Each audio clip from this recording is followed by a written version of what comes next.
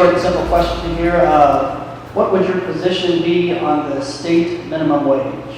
Is it at the right level? Should it be increased? And Tony? Well, it was on my list. I got 8 things here that I've got for my issues, and we've gotten through 3 of them, and this is now the 4th. We all know the minimum wage is something that no individual with a family can live on. Working 2 jobs at minimum wage will not suffice to pay the basic needs. Whoever picked the number 1010, I don't know what that means. I mean, $10.10, does that make life better? I can't believe making $10.10 is really going to improve your lot in life as much as I know when wages are improved, and if the minimum wage was improved, that is a great deal across this state of capital that is put into the hands of the workers. And you can believe no one working for the minimum wage at 10, if it went to 10 an hour, and they're talking about this over several years. They're not talking about enacting this and you get 10. No one's going to invest in a 401k, go down and get a home mortgage, and then go look for a second home. So the money that they make immediately is put back into the economy. It's spent in small business. It upgrades maybe the desperate housing level that they're squalor that they're living in, and might have a car that runs. And so I definitely support increasing the minimum wage.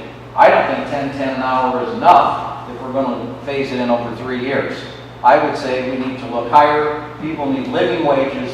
Without living wages, then you are talking government subsidy. And so that's what we're all trying to do, is get people self-sufficient, not get them to a level, well, we only subsidize them so much. So that's a goal. I voted for minimum wage the last time I was there. I vote for it again. So people don't need living wages out of a minimum wage job. They need living wage jobs. We have a jobs problem, not a minimum wage problem. It was never intended that people work the kind of jobs that are paying minimum wage, that be a living wage job. I also see this topic as a great talking point for partisans. Because if you go out and actually try and find a minimum wage job at what the current minimum wage is, there are very few of those actually available. If you go to the fast food place, they're not paying minimum wage. They're starting at something probably just above minimum wage. And most of those people are getting an increase after 6 or 9 months. As we've gone on this journey, I've spoken with a number of different small business people, and they've shared these kind of things with me. So people who need to be working at jobs that are minimum wage jobs or service sector jobs don't need to be the people who are the main wage earner in a household.